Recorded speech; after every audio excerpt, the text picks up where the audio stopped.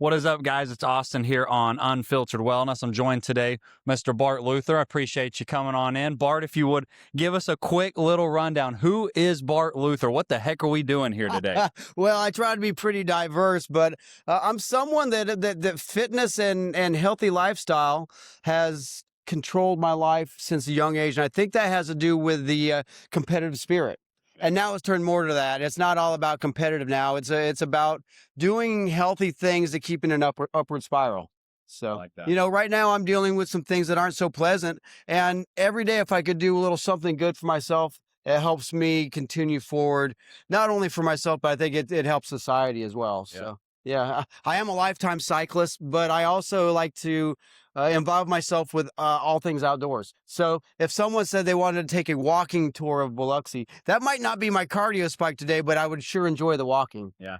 Someone say they wanted to swim today. They said they wanted to cycle today. Like, I'm pretty much up for anything. And the older I get, I'm 56 years old now, the more I realize that diversity is the spice of life. So, Love that. yeah. I love that. Thank you, Austin. Thanks for coming. I noticed that about Austin too. We were going to do some triathlon training, and it turned into a tour of Biloxi, and you're okay with that. We did get some cardio push, but it was also talking about lifestyle and what exercise and physical fitness not only does for the body, but does for the brain. Absolutely. So. It was interesting. So as I was coming down, I'm down here for a bachelor trip. And my brother-in-law is getting married. I'm researching, trying to figure out everything. I noticed I had training sessions to do while I was here. And I was like, man, once I realized Biloxi was on the beach, I had no clue until a week ago that I was going to the beach. I was like, surely there's going to be a good community around here. Cycling, swimming, running. There's got to be something down here. And lo and behold, I think I just searched on Facebook. Right. It's like cycling, Biloxi. And then the next thing I know, I think I found the community that they had the Gulf Coast Bicycle Club. Yeah. Mm-hmm. You had posted something in there, found you, and I was like, wait a minute, I'm in town. It brought back so many memories for me, because when I was living in the gym, that's all I would do. I would travel, I would reach out to coaches, different people I wanted to learn from, different athletes, and just go learn. And so that brought back a lot for me. So first and foremost, thank you for giving me the opportunity to do that, because it has been a minute for me to be able to do that. We've got an 8-month-old at home, and so I feel like I'm just now coming back alive after that. Well, Biloxi has turned into a tourist town, and it is sparked by the casino industry. But I think as we're going into 2026, there's a big push for happy outdoor athletic events that enhance what's already here. Yeah. So you don't want to take anything away from the casinos, because the casinos bring people here. They're comfortable rooms, they're nice stays. But when people like Austin come and they want more than a casino, more than just the standard tour, they reach out for a bicycle ride, a walk, something like that actually makes the room more comfortable. Man. They have a great buffet here. Yeah. And when you're actually hungry and you're eating, not just because it's time to eat, it makes the food taste better. So even the casinos have figured out that people doing even light physical fitness, the beds are more comfortable. There's a lot less complaints. Yeah. The food tastes better. So it's just an overall better experience when you visit another town to be part of their culture. I love that. And it doesn't just have to be the culture where you're going to, a museum or the standard touristic type of stuff, which is nice, but when you can actually get out and have some physical fitness, so a lot of times I prescribe a light bicycle ride for people. A lot of times, like Austin brought a triathlon bike, so he actually brought some equipment. But even if you came and took a beach cruiser, like if you're a triathlete, you definitely don't spend much time on a beach cruiser, but I say give it a try. Like rent an easy beach cruiser and take a 10-mile ride, and you will feel so much better about the buffet. Yeah. About maybe getting out of the box. You went to a bachelor party, and I could tell by you're a structured athlete. You're out of the box. You don't want to say no to your friends. These are probably lifelong friends. Yeah. You want to say yes, but you also want to keep up what you're doing. So it's a good way to mix it up. And as I've been traveling the world, mixing it up, pleasure with physical fitness, sometimes you have to get outside the box and not just do, like, you didn't just get a membership for the day to a gym. Yeah. You want to do something different. So you took a bike ride, and I think it's enhanced your experience. And for me, it's enhanced mine being able to share my city with you. I love that. I love that. It was interesting. I was doing a little bit of research. So which at the end of this, I'll get them to your YouTube, push them over to the page. Bart has not you haven't even given the background yet, really. So there's been years of cycling. For example, like today, Yeah, if we'd have said, "Hey, Bart, we're gonna go do 100 miles," you just would have went out and and then if somebody would said it again tomorrow, you'd have done it again, and your fitness level on a bike is just so high, so I've gotta assume there's been years on a bike. When did you Years. first get like, what even started that? Why cycling? You know what it was? When I was a kid, my dad was a helicopter pilot. He was Okay. busy, but I also lived in a community, Fort Collins, Colorado, that was it was safe. So the bicycle was my freedom. Aha. So BMX bike, freedom. We had 3 BMX tracks in my town. And so I'd get a BMX card all summer, and my dad didn't have to drive me to each BMX track. There was bicycle paths, and I found out that the spirit of competition and the kids I was meeting weren't the kind of kids that were causing a lot of trouble. So with my dad being gone a lot, if I was a kid that just got into trouble, it would have probably hampered his career. Yeah.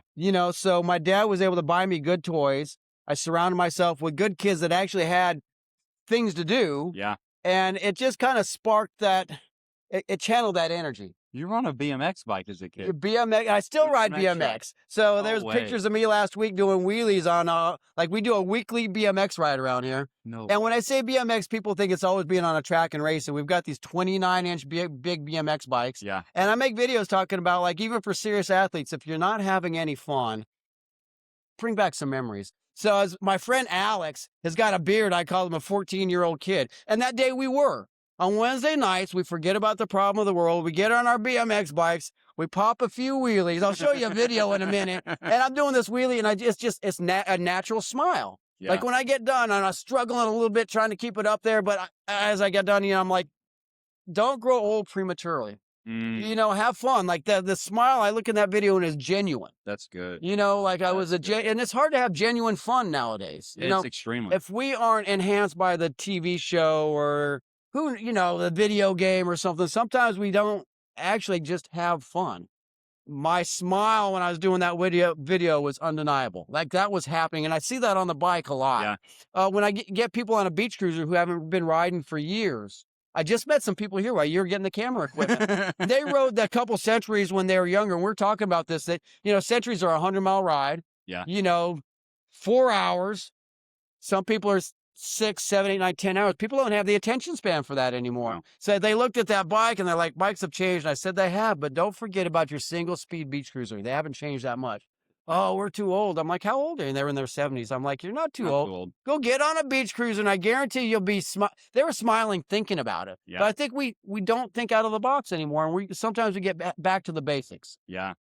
Or getting out of the box. Sometimes as a triathlete, we've got these fancy bikes, and maybe we don't want to be seen on a beach cruiser, but why not? Especially when you're out of town. Go have fun.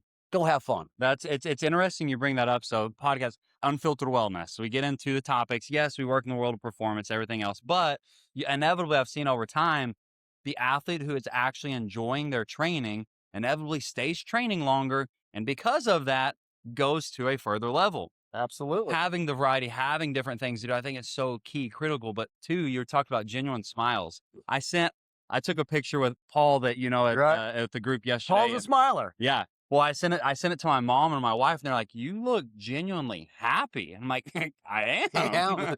Why do you think I go do this Right? stuff? It's the simple things. Now, like you and I, we like pushing that performance edge, Yeah. so we could dig a hole for ourselves where it gets Throw yourself into a uncomfortable. depression. Train so hard you go to the other Right. side. Of You it. go to the other side, but then you always come back out to the endorphins when it's Yeah. over with. Like I was talking about a ride we did. We were gasping in a parking lot for air when we were done. And people are like, why would you do that to yourself? And I don't prescribe it for everybody. But the smiles that came out afterwards were undeniable. There were some people coming from a training camp up in North Carolina, and they hit Biloxi, which is not really known as it's cycling, and we served it to them. They're happy to be served. You know what I mean? Like it was endorphins, but you can also get endorphins from the simple things, from a simple walk. Yeah. And as athletes, I think sometimes we have to do more of that stuff. It helps with the physiologically the mitochondria. Yeah. So the low intensity efforts are important too. I work with a lot of 55 plus athletes, and it's even more important for us because we don't recover as well. Yeah. And those recovery days are just as important as your active days. Ben, I hope you just heard that as you're getting ready for High Rocks Worlds this week. Yes. It worked. We did the low stuff for a reason. The recovery. Bart just brought it in. Absolutely. Put it right in there. And I'm a guy that likes to ride every day. Like you Yeah. said, if Austin said do $100 or 100 miles, that was, I could do it because I have built up a lot of muscle memory over the You've years. done it for time. But a lot of it's here. Yeah. You know, if I tell myself, oh man, it's Sunday, I've got to take it easy. I could tell myself I could do 100 miles today, and I could do Yeah. 100 miles tomorrow, and I could do 100 miles the next day. But I'm glad you didn't want to do 100 today. You know, but it is nice, you know, building up that endurance over Yeah. the years. And a lot of it does have to do with just being able to lead a healthy lifestyle. Yeah. Like, I don't eat good just before an event. I try to eat good all the time. You know, now, and I'm not scared to cheat once in a while because you same. got to be able to do that as well. But on a daily basis, I try to do good things for my body in case something pops up. I might have Absolutely. someone come in from out of town without warning and say, "Hey, Bart, you know, I'm a swimmer. Can we swim 2 miles?" I want to be ready for anything that happens. Yeah. You know, if a girl wants to go dancing all night long, I want to be able to go, not get tired. Yeah. You know, so I try to lead a healthy lifestyle. Some of that is with rest and recovery and Yeah. sleep, but not just for a specific event, but for overall healthier life. I love that you bring that up because like coming here as we were riding today, we are talking a little bit about foods and different things, and it's very interesting to me because I think for a lot of my friends, they think like, oh, you just eat that way because you're doing these events. Like even if I'm not doing the events, because I feel so much better doing it, I want to continue Right. doing those same things. I stopped in Shreveport on the way down, grabbed some extra food before I got here. I want to have the highest quality food I can. Typically, Absolutely. it doesn't mean I won't go have something. We Right. went over and had an ice cream the other night from the Scoops. scoop over here. Yeah, yeah. They're friends It of was mine. good. It was good. It was Uh-huh. really good. But That's who bought my old bike shop. They bought the building, the land. really, Yeah. okay, Yeah. okay, So you had a local ice cream. yeah, Cool. yeah. Went over there. We got to have some of the sushi over there at Fuji. Mhm. That was pretty good. The Greek restaurant down the road. There's so much good food. And that's the spice of life. So a lot of times, you know, if I'll go to a picnic or something, Yeah. you know, people will say, well, Bart, we made this cake. I know you won't have any. How do you know I'm not going to have I'm any? going to have some. You know, I had might some not. at the bike race yesterday or the Right. event when we got done. They had a cake. Absolutely, I'll take a piece. And so when I say being prepared for anything, it's being prepared for life. Yeah. So it is nice when you do eat healthier most of the time. Yeah. That is a nice treat. Now, if that treat turns an everyday thing, It's different. it's not really a treat anymore. It just becomes your normal, and it doesn't have the same impact anymore. Of like, wow, this was so exciting to have. It Absolutely. just goes away. I'm kind of on a low sugar, you know, Yeah. and so when I do have, like, a banana is sweet to me. But like Really? the other day, I had a cheesecake, and I like cheesecake, and it was a homemade cheesecake, and they're like, "Oh, you don't want to make this guy?" I'll eat I'll that. eat some. You Yeah. know, and it tasted good. Now, if I ate Yeah. that cheesecake all the time, it wouldn't taste as good. Right. You know, so Right.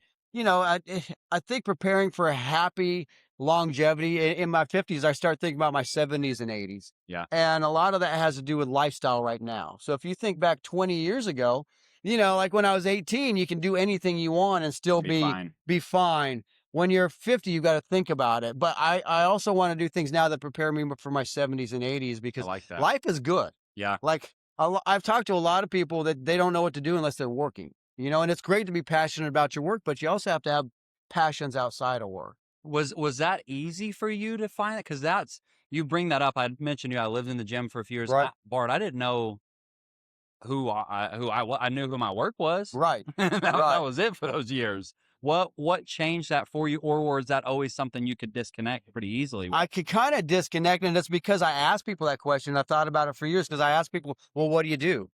And I'm not really asking, like, what do you do for work? But 90% of the people start telling me what they do for work, you know? And I knew when I was leaving my accounting career to live my passion of opening up a bicycle shop, Yeah. you know, that work would become also the thing I do, Yeah. you know? And I knew I was going to have to battle that a little bit, but I was so grounded in cycling as my passion that I think I was able to work through that. But I did grow blinders to it. So, Yeah. you know, I got into a burnout mode. I didn't even know I was in burnout mode because everybody just says, hey, Bart, you're doing what you love to do. But it was the retail part of cycling that kept me inside the walls. So I wasn't able to go ride my bike with the community. I think I was so involved, I didn't see that until it all collapsed on me. Yeah. So I say it was easy to disconnect, but it wasn't because, like Austin was saying, I was sleeping in the bike shop. I was literally working 16, 18 hours a day and then getting up and doing it over and then doing it over because I wanted it to succeed Whenever so you do bad. you enjoyed it whenever else you get to enjoy it. Right. So I didn't disconnect. yeah. And then I talked to a lot of people in the bicycle industry, and the bicycle industry is in trouble right now. Yeah. So a lot of people, when they close their shop or their business fails, they stop. Like I told myself I wasn't going to stop. And that's why I went to Europe for for a year to keep that stoke going. And I did. I immersed myself in cycling culture all over the world. And it really solidified that I do love the sport and the people around it. And which is perfect segment there because you talked about being in Colombia, training down there. When were you down there? And just give me a rundown of that. Well, I was down there. I've been down there twice now, extended periods of time. But I graduated from high school in 1988. I took a year off and went down to Central America and South America and trained in Colombia No for way. the Tour de Coca-Cola. No So it way. was professional style racing and riding, and I immersed myself in that Colombian culture because it was different than where I grew up in Colorado. Yeah. So then I took a few years off and went back because of the climbing and the culture and the relationships I met. Yeah. So I met friends down there through the active community that are still my friends. And I think this is the type of thing, like sometimes I've met some of my best friends in competition, people that you Same. actually, Yeah. you're competing against, You but want to beat them so bad, but you also you realize too, as they get better, you get better. It rising pushes tide. you each other. Yeah, Yeah. rising tides raise all ships. Yes. And I do like the cycling culture of other countries. I think America's a bit behind. Yeah. And that's because we're a very car dependent society. We can't help it. What our, It's the way it's different. all worked, Yeah. but when I go to Europe or South America, Central America, the bicycle is still king. And Yeah. I like that. Like a Yeah. second ago, I do a lot of work with a Beau Rivage here. Hmm. So we had someone come out and ask if those were our bikes. I'm like, yes. So I have to call the general manager because I have proved to this community that cycling also brings in a positive economic impact. And the people that come in, like Austin, that don't just have the casino as their point, like they're the only thing I want to do is be in the casino. It enhances their trip, and you tell friends like, "Hey, come to Biloxi. They got a cool casino to stay at, but there's so much else to do." I think that's so interesting coming down here. Like the cycling community here it's phenomenal. I mean, I had no clue that it was like that. I mean, Right. you just told me, hey, here's a ride coming up. Go see those people. I was like, Right. all right, cool. That's where I'm going Saturday It is morning. so welcoming. Yeah. Coming from Colorado, and I love Colorado, but it's a little bit more exclusive. Sometimes if you don't have the right We're bike, in the South. the right We're in the kit, South as well. this is friendly. You showed up on an aero style bike. Generally, an aero bike and a road bike group don't mix. Yeah. Did anybody say anything to you Nope. yesterday? Like Nope. it's a friendly community, and you could have been a high end athlete, or you could have been a beginner, and you would have been welcome. Yeah. And that's one of the things I really like about the Gulf Coast Bicycle Club. I've seen other clubs around the world, and I do deal with some high end cycling clubs that are specific to that genre of Yeah. cycling. So there's a bouquet, and I think it takes a bouquet, but you also have to start with a beginner. So my bicycle shop, we catered to everybody. From the beginner to the expert, and diversification brought people in. And I saw the stair steps when people got that beach cruiser, and then they came in for that hybrid. Then they started getting interested in maybe a group road ride. And then Yeah. all of a sudden, hey, they wanted to do a triathlon. So I see how it affects people's life in a positive way. Yeah. But then I also see people that take it to the extreme, and they don't know how to back off it just a little bit. I deal with that quite a bit with people, and it's interesting you bring that up because I had an athlete the other day that was, I mean, she just got burnt. She'd gone through a high rocks and had done a bunch of different events back to back to back to back, and was just like, yeah, I don't want to do anything. Mhm. What do you recommend when people get to that point? How do you get that love back to them for competition? What have you seen in over the years? Is put that smile back on their face. That's what it is. Especially if they're not hitting podiums and they're trying and trying, and you have to bring them back to their original. When you started this, was it to finish? Was it to meet people, or was it to hit podiums? And how was your training focused? Yeah. So you came into the sport because you wanted to be around healthy people, and you just wanted to finish a triathlon because you'd heard of one. Yeah. And now you're doing the same training, but now you want to hit a podium. You have to Different. focus your training differently, and a lot of it is lifestyle. So before I train a triathlete anymore, I interview their family to make sure that that's going to be a good You fit. mentioned that, and so I'm curious on your take on this with your experience. Like my wife is, I don't know how she does. I'll leave it at that. Right. Like I told you, I have an 8-month-old at home. Luckily, our baby sleeps well. I don't get up in the middle of the night. My wife does. If anything's needs, like she lets me sleep, she lets me train, do the thing. But what are the things you're looking for when that is upcoming? I mean, we're just in 70.3 prep right now, which is, I mean, I'm still only 12 to 14 hour weeks. Right. those 18, 20-hour weeks are coming for the full later on. What do Absolutely. you look for with that?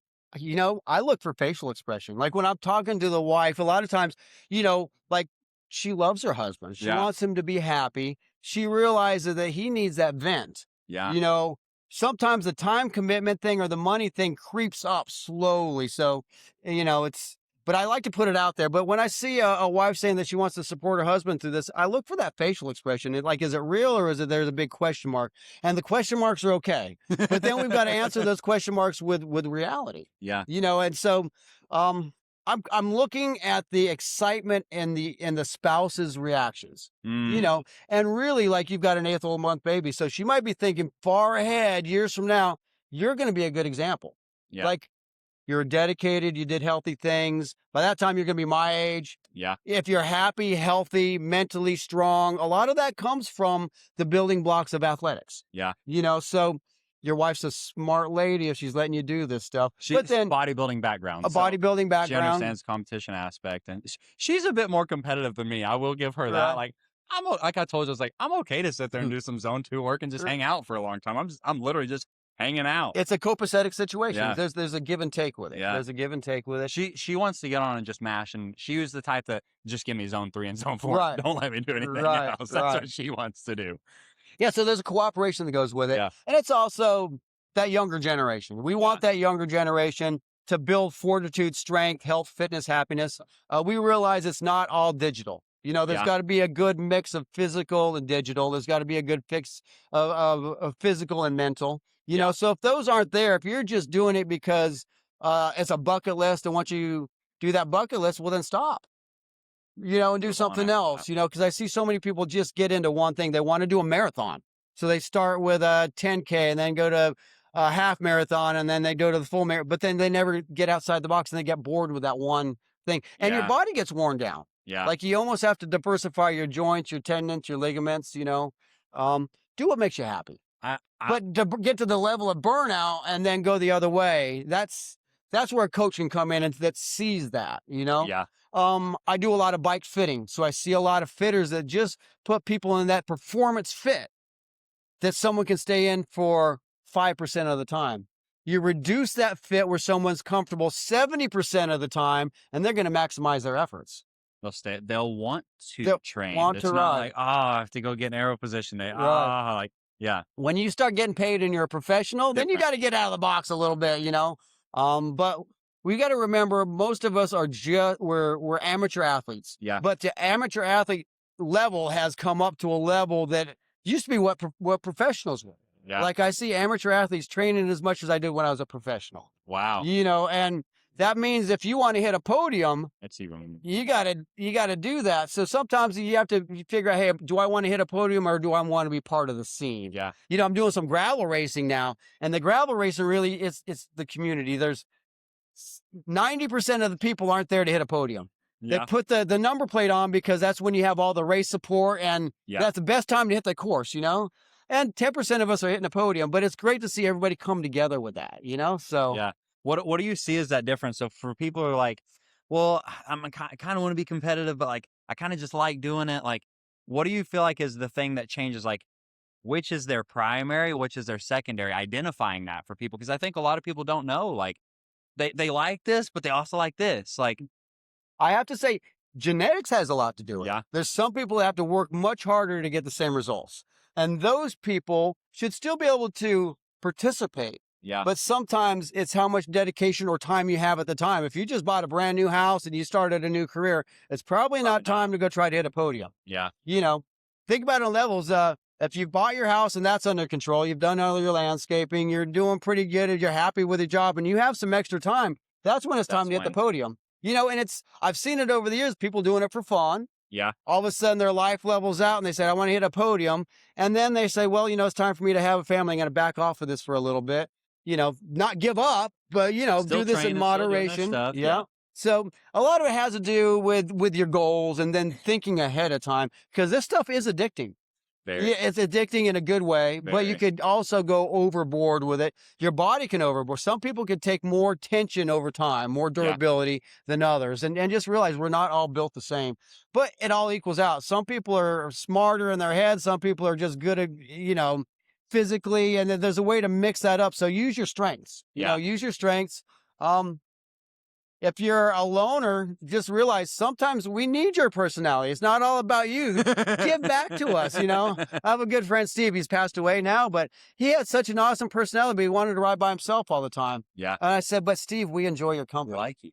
And he said, well, when I'm with you guys, I'm happy, but then I get into my little mode and I'm like, well, just come out sometimes. give to the greater good. Be part of our scene. Like we want you. We want you, and teach us how to isolate once in a while. You bring up that too, and I think that's a great segue within that. Is like when we look at the spectrum of wellness, and because I truly believe when you look at performance at a high enough level, eventually, if there are gaps sitting in that wellness spectrum, they're going to show up on race day. Right. So if you don't go address them, if you're isolated all the time, you have zero community aspect, you don't feel part of anything other than like, cool, I competed, then I'm back in the hole. Right. Some athletes can do that and do their thing, but I also think that they might maybe be even better if there was, wow, I had a great training partner. Wow, absolutely, those type of things within that as well. It fills those gaps. Yeah, fills those gaps. I know so many cyclists that on paper look amazing. They get in a group and they fall apart, but they're not used to that dynamic, and that energy. Like we're talking about, my numbers, watts per kilogram, don't look great, but yet I'll go out and win a race. But it's how you move in that peloton, and and in your head sometimes, so I don't fake numbers so people look at weird, like I am what I am, but my watts per kilogram is not great. So numerically now, especially as science has come around, like people should say, well, I should be able to beat Bart because I've got more watts X, Y, Z. Yeah, but the human take into mind brain and body is an amazing thing. Like play with it and learn it. Get a coach and let him help you with it, and pick your coaches carefully. Like I will coach people that don't have a power meter. And a lot of coaches are like, why would you do that? You don't really know. Like I'm asking them, how do you feel? Like, how do you feel? I'm not just looking at your numbers, but how do you feel? Yeah. Let's work with that. So I think there's a lot to bringing it back. And I do like the science, and the science definitely is quantifiable. It works, but it's a detriment sometimes too. Takes you away from the other side of it at times. I've seen competitors that got into a training program that worked, and all of a sudden they're on the top step every time, but they're not having any fun with life. Yeah. They really like getting on the top step, and they got that 30 seconds that, man, I beat everybody. And I get it. I get high off of that myself. Yeah. But there's also something about being part of the community. Yeah. So it's a give and take. But the thing is, like, ask yourself sometime, how do you feel? How do you feel? And then also let yourself know that the human body is amazing. So sometimes when you push it past its comfort zone, that's a good feeling too. There's you mentioned the zone 3, zone 4 work today as we were riding, and I was thinking more about that too, even like ultra guys, like people doing ultra and the ultra marathon stuff. I've heard a lot of them, they'll go in and they'll pick up some zone 4 during it because of that spike that gives your brain to keep going. Doesn't mean they're out sprinting a mile of it. They're just picking up for a few minutes there to try to get the brain surging a bit. I mean, I had a little bit of zone 3 work this morning when we were going. I feel great after. I feel great. I don't feel beat up. I told you today, I was like, I just needed a recovery ride. And we did. And it was fantastic. Doesn't mean we didn't do anything. Like, okay, we're sitting here just cruising. Like, oh, I still did some work within that. And it was a great time. I feel good after. But then I think that's how all sessions, give or take, not all sessions are you going to feel like that after. But majority of sessions, you should get done and be like, man, I feel really good. Body motion stays in motion. Body rest stays in rest. And sometimes we need rest. Yeah. But it's also strategically planning. Yeah. And it's sometimes that's about life. Sometimes if you don't plan, you don't get your results. Yeah. So you just have to be realistic about what your results are and realize your results can change. Like sometimes your result might just be to finish the race and be part of the crew. Yep. And then next month you might have a goal. And I've noticed as I get older, I want to podium everything, but I've realized if I pick and choose which ones I really want to train for, then the other ones are fun.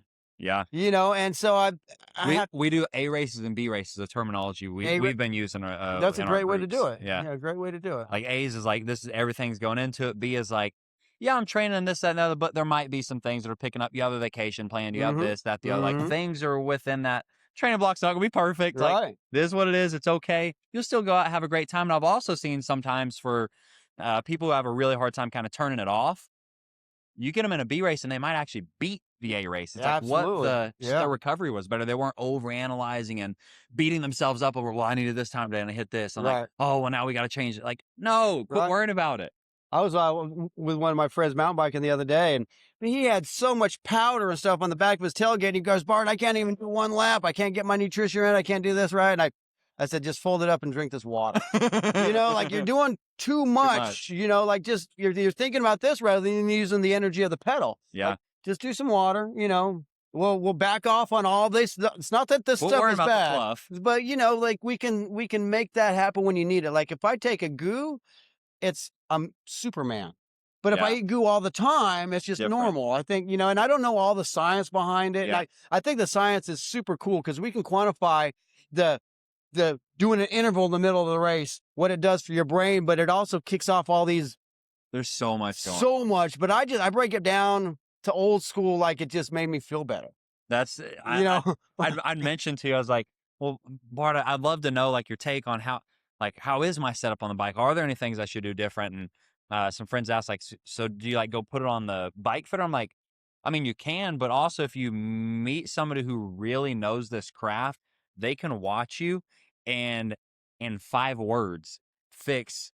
We talked about 7 watts, for Right. example, just on just the Right. the chain changing. Right. Right. I didn't know that. Like, there's all these things that I think it's so interesting. I've been very fortunate to learn from great coaches over time, and I told you kind of like an apprenticeship, mentorship relationship. I've had that with a nutritionist as well as Shane had. I don't know how to describe him. He's worked in a lot of different sports. Right. Just has done very well in a lot of different sports, and Those are the best yeah. because you learn so much about. Well, then I come out and it's the same thing again. We had a conversation with Chris Bayans the other day, as well as Ryan Gibney. Both of them great coaches in their respects and in their worlds, and there's just always so many things to pick up on. But 2, I've learned over time, there's patterns. Patterns. Everything has a pattern to it. Right. So like today we're going through and we're talking about minor adjustments. You can do the same thing, bar position with a bench press from here to here. Just one little tiny adjustment and there's an extra 15 pounds. Absolutely. An extra 7 watts. Right. Like it's just little stuff. And you enjoy it. I feel like as you figure those out too, it's almost like, it's like when you're playing a video game and you finally beat that next level. Like it just makes you want to like, well, what else is here? What else is here? And that's what's cool about sports. Like there's a lot of marginal gains. Swimming is so technical, and you can get in there and you swim. So if that's what you're doing, that's fine. Did you grow up swimming? I did grow up swimming, but I grew up swimming. I envy you for that. We did not. So I've been having to learn everything for the swim. And it's so technical. Oh man. But if you just get in the pool and you swim, believe me, that's better than not. Yes. But I was a hydrodynamic engineer, learning about the ways of water. And now I take that into the pool with me. I don't always want to, in my head, think of everything, but it's nice when you start getting in, you can just feel the water going over you more. And then we take to the bike, the air going over your helmet, like there's so many little things that are marginal gains that don't really cost you any more money. You don't have to buy more equipment. Yeah. That like your visor on your helmet. Yeah. Take it off. Yeah. You wouldn't believe what the visor does, Wow. Unless you need it to block the sun for your eyes. Yeah. Or the bugs, but like for a mountain bike, you have the visor for the tri-bike. It pops off in 3 seconds and it'll save you 3 watts. That's interesting to think about. Yeah. I like that. Every little thing means something, Because there's a certain point where you'd mentioned genetic, like some athletes are just genetically disposed to be better at something. It's just part of it. But 2, as they get further and further along, as they're getting those top levels, all these little marginal things start to matter more and more. Yeah. What are the other 20 hours, 21 hours of the day? What's your fueling? What's your sleep? How's your community around you? Right. How do you like your life? Like all these things start to stack and stack. Do you like your life? Like yeah. There's some guys that I compete against that are just better athletes than me. And I find ways to level up. And some of it's through equipment, some of it's through training, some of it's through mental fit. Like you find their weaknesses too. Yeah. I know I can tell when they're getting dehydrated because their knee starts twitching, Yeah. And I'll go up in front of them, take a little sip of water out of my bladder, and it gets in their head. They're like, well, man, Bart's drinking, I'm thirsty, and I can tell he's starting to get dehydrated, so you learn things about like, and it's intelligence. So I wasn't this most scholastically best. I'm not a great speller. Yeah. But I could pick up on body movements. Yeah. So I use that as my advantage, Yeah. So, You talked about the density of like connective tissue, even for example, staying healthy. That's right. I'd mentioned having great coaches over time. I told you I'm still doing 1 rep maxes. Like I don't know people on a bike that are going out, yeah, let me go lift the heaviest weight I can for 1 rep. Right. Like, but I train with so much variety. I've done that for so long that Variety, that spice life. might be that might be a giant stressor. But for my body, I've done it for so many years with that training style that it's not really that much of a stress anymore. I know there's certain weeks I have to pull back and this, that, and the other, and so forth. But I mean, I pulled 630 the other day on a deadlift, and then here we are riding bikes, and It's like variety is the it's spice of life, fun, man. and It's it's great fun. for your body. I I want to stay get Austin healthier. in a sprint. Like I want to pull him up to the line in a sprint. I feel like I could just match. You Like would, you if you would. could put me in the right position, like Austin, here, got it, Bart. Boom, boom, boom, I and would love to just do that. go. Yeah. So work with your strengths, Yeah, and then with you figure out what your weaknesses are and improve on them. yeah. And I think as you get older, and I'm finding this out that people who don't work on their strengths because it just comes naturally to them, start losing them. So if you can be Mm, more flexible, if you can eat better, if you can sleep better, you yeah, know, something like guys my age, 56, I'm not in the position, but a lot of 56-year-olds kind of have an unlimited budget, yeah. so buy some cool equipment. Like Back it out. yeah, all those little marginal gains. If you don't think the ceramic bearings are helping you, I sold a lot of speed. Yeah, Like people would come and, can you make my bike faster? And I didn't say yes so I can just sell extra stuff. I just knew that piece of equipment does make the bike more efficient. And yeah, if you know how to pedal, that new bearing is going to help you out. So you can buy speed, and people say it's not the equipment, it's the rider, basically. That's changed in 2026. There's ways to buy speed. And I'm not saying go put it on your credit card, but like guys my age that are financially set, like buy cool stuff. take advantage of it. Yeah, have fun with it, Yeah, Buy your wife cool stuff, yeah. buy your kids cool stuff, I like that. Yeah, like have fun with life. We don't know how long this is going to be, and you got to be financially responsible too, Right. but like you could spend a whole lot on a weekend going out to dinner and stuff, and there's nothing wrong with that too, but you could also buy your family some bikes and have fun all year long. So that's why I showed him in Biloxi, like, the trip to Disneyland that's costing you. I have a friend that just went. I think they spent like 13 grand. I was gonna And say the 8 family had plus. fun, but they Yeah, standing in line half the time. yeah. Unless they bought the VIP package. Disneyland, don't get Do mad we at you. have something that could give us more benefit, more bang for our buck over the course of instead of a week, Right. a month, 2 month, a year, 5 years, 10 years? This I mean, I've had a bike for 3 years now, and Well, that thing has given me so much return. this the same family bought they've got a Yukon. They Yeah. bought 4 bicycles and a bike rack that holds 4. They go within 100 miles of Biloxi to all these cool little places, and they go ride to trailways and trails. The kids They are get to take loving the kids it. on all this. It's You know, family Like bonding. the kids were complaining that they had to stand in line half the dang time when they came into the bike shop to buy bikes. I'm like, well, you don't have. You can get this bike and you can be riding 3 minutes from now. So the kids like that immediate gratification. Yeah. Now the kids want more bikes. They're going up Yeah. to Bentonville, Arkansas. Shut up. Yeah, they're going to take That's a. really It's cool. like Disney World for families. Cyclists, yeah. Yeah, it's so cool. I So like that. yeah, One of my last questions, I always ask anybody I get the opportunity, I always ask this question. If you could go back, so I'm 28. If you could go back late 20s, what advice would you have given yourself then? What would you have done different? I would have stopped drinking alcohol. I don't drink anymore, but Yeah. I see the performance and life enhancement from it. I don't go around telling people don't drink, but if you can ask me that one question, that's the one answer I would have stopped in my 20s. I would have been Wow. so much more healthy. I think I would have been more focused. Yeah. And, I still like to go out and have a good time and party. And I wouldn't, I think sometimes if you take that away from the younger generation, they make up for it later in life the wrong way. But you could party without alcohol. I think our society's too pro alcohol. Yeah. Cut that out of your life when you're young. A lot of us do when we get older, and that's the one thing. I surround myself with successful older people, and I ask them the same question. Yeah. What most of them tell me? They wouldn't have worked as much. Mm, I would have retired earlier. I would have spent more time with my family. So I think that's a great answer too. Like don't just work your life away. yeah. Like think about the things outside of work.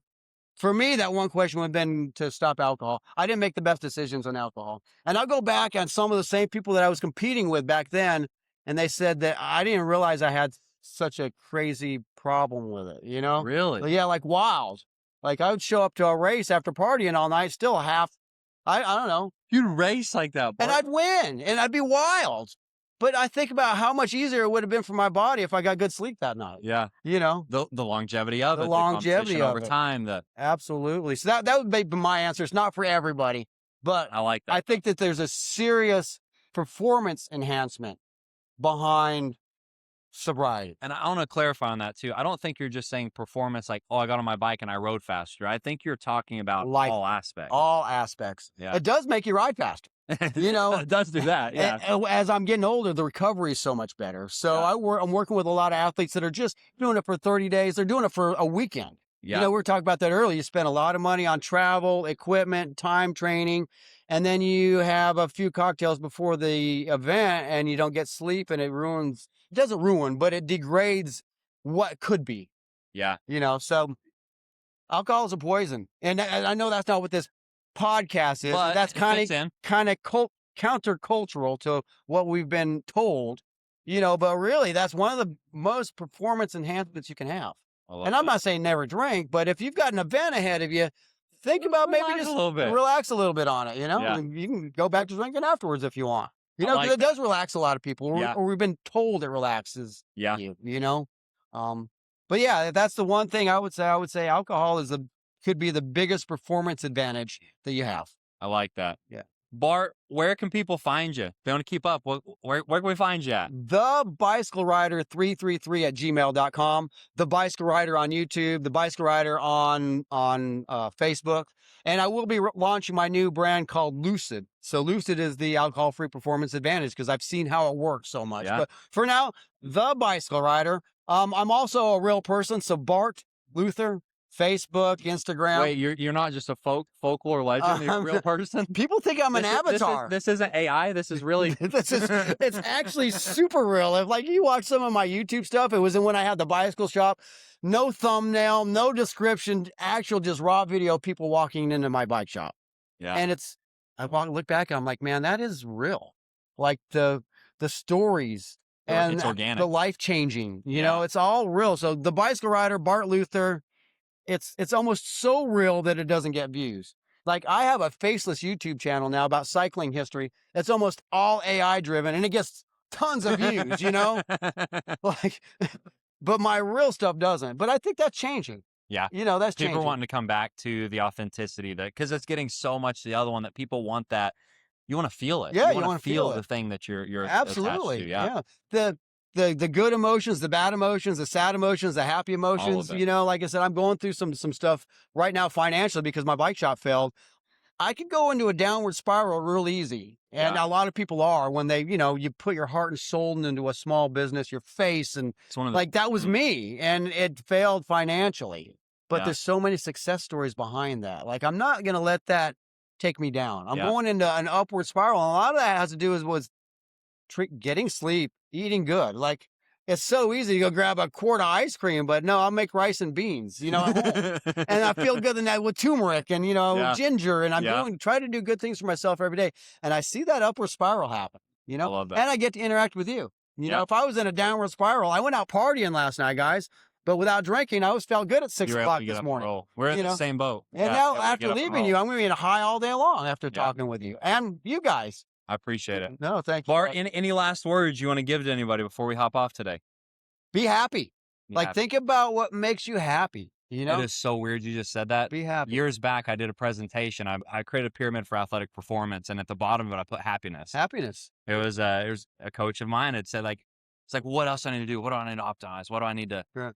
I just need you to be happy, Happy. Austin. Happy. Took a long time. It Ask took a yourself long how you time. feel. Yeah. You know, instead of always looking at your power numbers, like, how do I do you feel? feel? And then reflect on like what made me feel good, what didn't. You know, like the Yeah. human body has its own inner knowledge. Yeah. And I think we need to get back to the basics Using of that. it. Yeah. And there's nothing wrong with technology. Like blend. We're in 2026. We might as well blend everything. But you know, like, don't just rely on AI, rely on your body and use both. Put them together. Yeah. You I know, love that. surround yourself around people that do a lot of stuff. Yeah. I was just talking to Austin. He power lifts. He does triathlons. I mean, you travel, you're Yeah. a family man, you're a businessman, you're a video guy. Like, it's cool to be diverse. It's It's cool to fun. be diverse. I call it agency. People Mm, with agency, and look up the word agency. It's important to have going into 2026. I love that. Yeah. I love that. Bart, appreciate you coming No, on thank today, you, Austin. I spending time appreciate with you, us. man. Thanks for the orange juice. Thank you.